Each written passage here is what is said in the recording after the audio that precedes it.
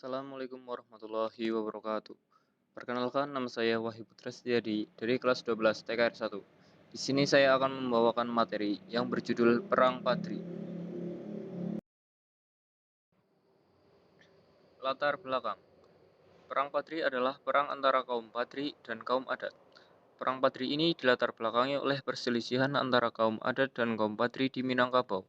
Kaum Padri ini terdiri dari sekelompok ulama yang baru saja kembali dari Timur Tengah dan ingin memerdekakan ajaran Islam di daerah Minangkabau. Kaum Padri berusaha untuk menghilangkan unsur adat di daerah Minangkabau karena tidak sesuai dengan ajaran agama Islam. Unsur adat tersebut antara lain kebiasaan seperti perjudian, penyambungan ayam, penggunaan madat, minuman keras, tembakau, sirih, dan juga aspek hukum adat, matriarkat mengenai warisan, serta longgarnya pelaksanaan kewajiban ritual formal agama Islam. Karena hal itulah kemudian muncullah Perang Padri.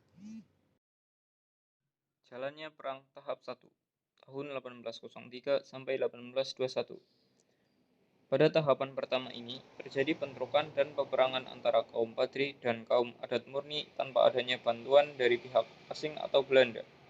Dalam perang ini, kaum adat merasa kewalahan dan akhirnya meminta bantuan Belanda dengan imbalan sebagian wilayah Minangkabau.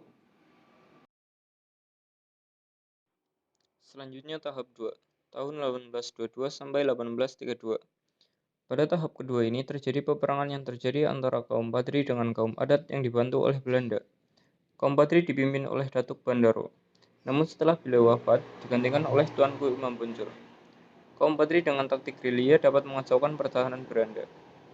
Belanda yang kewalahan pun akhirnya mengadakan perundingan. Tanggal 22 Januari 1824 diadakan perjanjian Mosang dengan kaum Padri. Namun kemudian dilanggar oleh Belanda.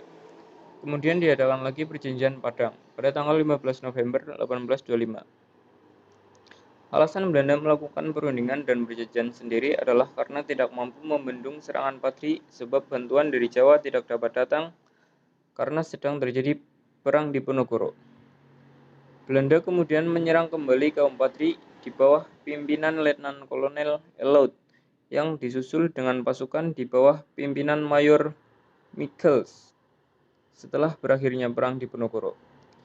Hingga pada tahun 1832, Belanda mendapatkan bantuan dari Jawa. Kemudian tahap 3, tahun 1833 sampai 1838. Perang tahap ketiga ini adalah masa bersatunya kaum adat dan kaum Padri untuk mengusir Belanda yang dipimpin oleh Tuanku Imam Bonjol. Pada tahun 1832, dengan cepat, Lintau, Bukit, Komang, Bonjol, dan hampir seluruh daerah Agam dapat dikuasai oleh Belanda. Melihat kenyataan ini, baik kaum adat maupun kaum Padri menyadari arti pentingnya pertahanan.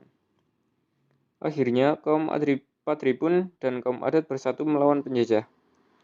Kemudian terjadi pertempuran yang sangat sengit. Pertempuran pada tanggal 12 Agustus Belanda memerlukan waktu 2 bulan untuk dapat menduduki benteng Bonjol, yang didahului dengan pertempuran sengit. Selanjutnya, akhir perang. Akhir dari Perang Padri sendiri adalah ditangkapnya Tuanku Imam Bonjol setelah terjadi pengepungan benteng Bonjol dan Tuanku Imam Bonjol dapat ditipu dan ditangkap. Peperangan masih berlanjut dan benteng terakhir dari kaum Padri ini dalu-dalu akhirnya dapat dikuasai oleh Belanda pada 28 Desember 1883. Tuanku Imam Bonjol yang dibawa ke Padang, lalu Tuanku Imam Bonjol diasingkan ke Cianjur pada tahun 1838. Kemudian tahun 1839 dipindahkan ke Ambon. 3 tahun kemudian dipindahkan ke Manado sampai dengan meninggal dalam usia 92 tahun. Tuanku Imam Bonjol sendiri dibawa ke Padang dan diasingkan ke Cianjur pada tahun 1838. Lalu pada tahun 1839 dia dipindahkan ke Ambon lalu meninggal di usia 92 tahun pada 6 November 1864 di Lota, Minahasa.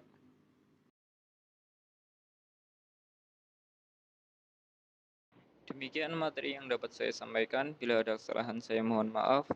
Sekian, wassalamualaikum warahmatullahi wabarakatuh.